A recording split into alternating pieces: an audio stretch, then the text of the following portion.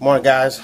Okay, figured the best way for me to talk about what we're going to do with the cardio is to explain the importance of understanding your resting heart rate and your max heart rate and matching that up to be efficient.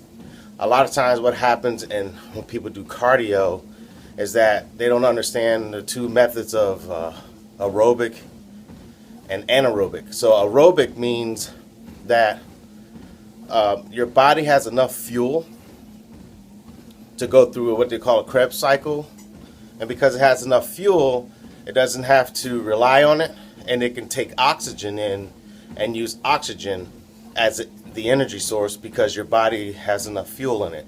When you get to that point, it usually takes about 20 minutes.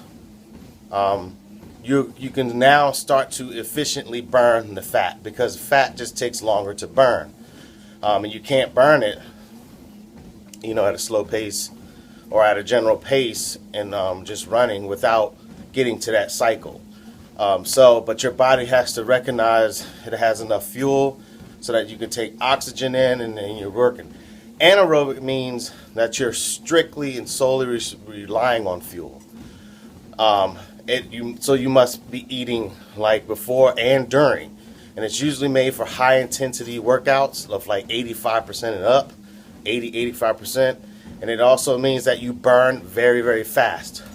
So you can still burn fat, but you really, really have to be careful with that because what that equates to is that your body doesn't have enough fuel and you're putting it in a zone that it's for like extreme athletic stuff and extreme high intensity where you're maxing out your heart rates. So what ends up happening is your body will break your muscles down. So you'll see people on a treadmill running like ridiculous with their heart rates at like 185, 190 for like an hour. And just because they're sweating like a madman, they think they got an awesome workout in. Little did they know, about 45, 50 minutes of that exercise was all about your body being in anaerobic, which means it didn't have enough fuel and it wasn't using oxygen. So therefore, it was just breaking down the muscle fibers, and then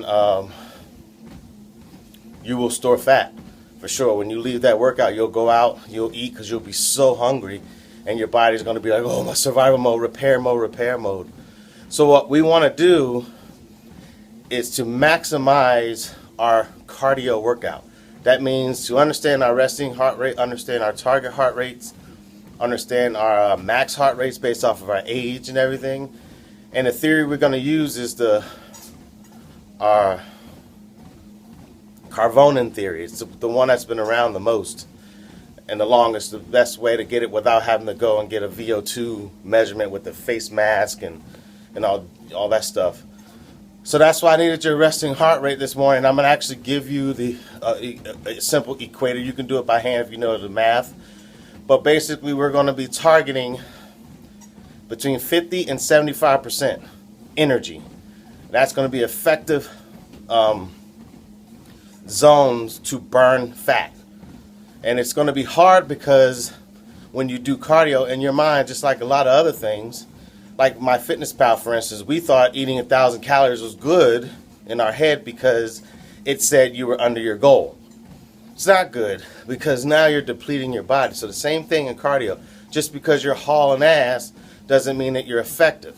I can be more effective on this treadmill for 45 minutes at a target heart rate of, say 140 based off of me at a consistent pace because your body recognizes the energy, it recognizes the fuel, and it uses oxygen. So therefore it goes, I'm going to burn fat. So that's what we're going to target. Now we're going to do that in different ways. There are going to be moments where we do high intensity stuff, but the higher intensity, the shorter the distance. So our cardio might be 15 minutes tops, 10 minutes tops when we do intervals. It might be, okay, all you're doing today is walking for 45 minutes at that rate. It could be a mixture and so on. So we want to get us set up and understanding that we're going to be exercising in aerobic, which means your fuel is important, and we're going to put you in that zone. And the hard part about it is staying in it. Sometimes it seems too slow. You don't like it because it's patience. But everything is going to be patience, especially when we're learning things. We're also going to be testing our heart rates for the next couple days so you can get a better average. You're going to get an average of the first day, second day, third day. And so this week ain't going to be crazy. It's going to be introducing, okay, for some of us, we're going to walk.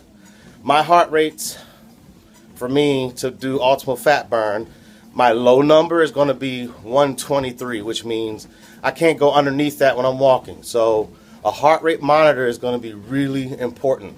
If you don't have one, then you need to try to do this on the treadmill. So Becky, you need to get that membership so you can get on the treadmill and use that heart rate sensor. But I really recommend getting a heart rate monitor. It's the best investment you can do for your heart. My max number is going to be 153. So I have to tell myself when I get to that peak, I have to slow down. And you let yourself stay. Now to get my target, my optimal target with that is I take the 123 plus the 153 or whatever it was. You add them together and you divide it by 2. So my target heart rate is going to be right around 141. That's where I want to be on the treadmill consistently for that length of time.